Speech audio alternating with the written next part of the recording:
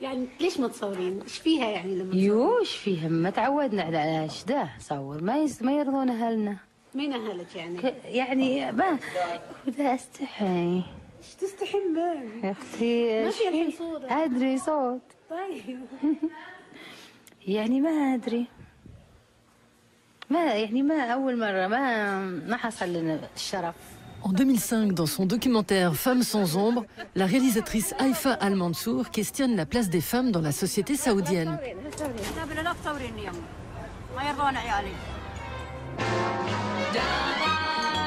Bienvenue en Arabie Saoudite, le pays qui fait disparaître les femmes de l'espace public tout en faisant pousser des gratte-ciel en plein désert. Dans The Perfect Candidate, la réalisatrice Haïfa Al-Mansour montre une société en pleine transition. Une jeune doctoresse se présente aux élections municipales de sa ville.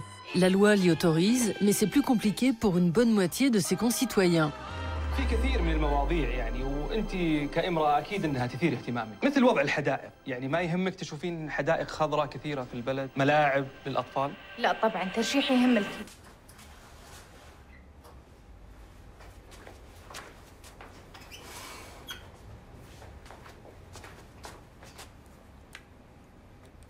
هذه حملة انتخابية مو بصور خطوبة. بس مو مفروض يشوفونك، غطي عيونك. اوكي عشانك السوسة. يلا عارفة شو تقولين؟ ايه. السلام عليكم. Rien ne dit que c'est interdit de faire un film. Si les Saoudiens ne font pas de film, c'est parce qu'ils ne sauraient même pas quoi en faire. Il n'y a pas de distributeur, donc pas d'argent. C'est pour ça que ça n'a jamais décollé. Alors que la télé, elle, a toujours été très populaire.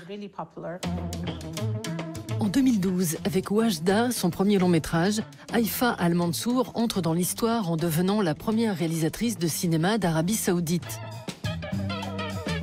Cette histoire d'une petite fille qui rêve de faire du vélo fait le tour des festivals et remporte un tel succès à la télé saoudienne que la bicyclette est finalement autorisée pour les femmes en 2013, bien avant la conduite automobile, légalisée 5 ans plus tard. Il y avait encore une ségrégation dans le pays. Et les femmes n'avaient pas le droit d'être dans la rue avec les hommes.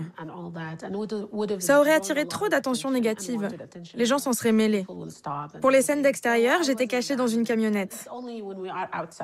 Je dirigeais les scènes de rue depuis l'intérieur du van.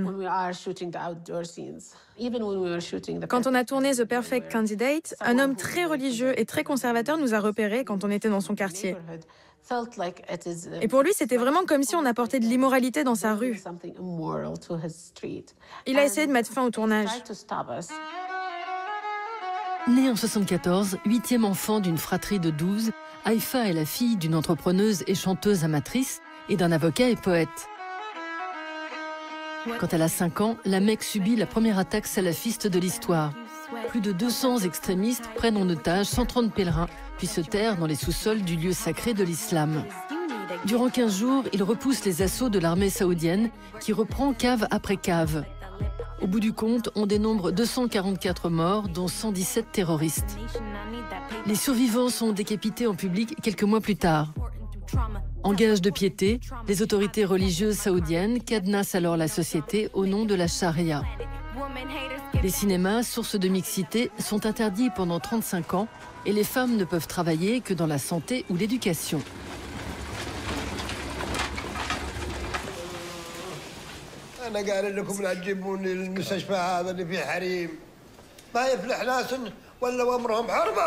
ترى هي الدكتورة الوحيدة اللي بالمستشفى، خلينا نشوف ايش بتسوي. تقدر تحرك يدك اليمين؟ وخري! ثبت زين إذا تبيني أساعدك. لا تعالجيني وخري! لا تضربني في عيوني! اذكر الله اذكر الله.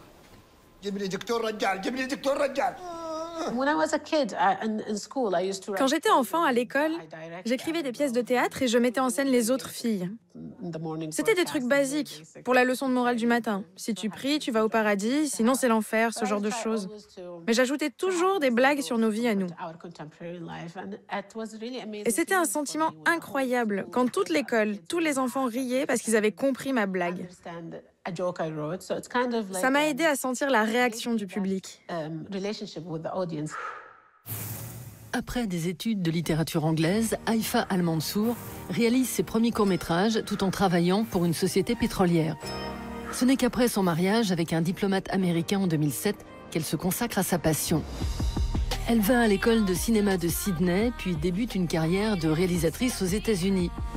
Ici, dans Une femme de tête, elle met en scène Violette, une femme obsédée par la coiffure parfaite jusqu'à un accident capillaire.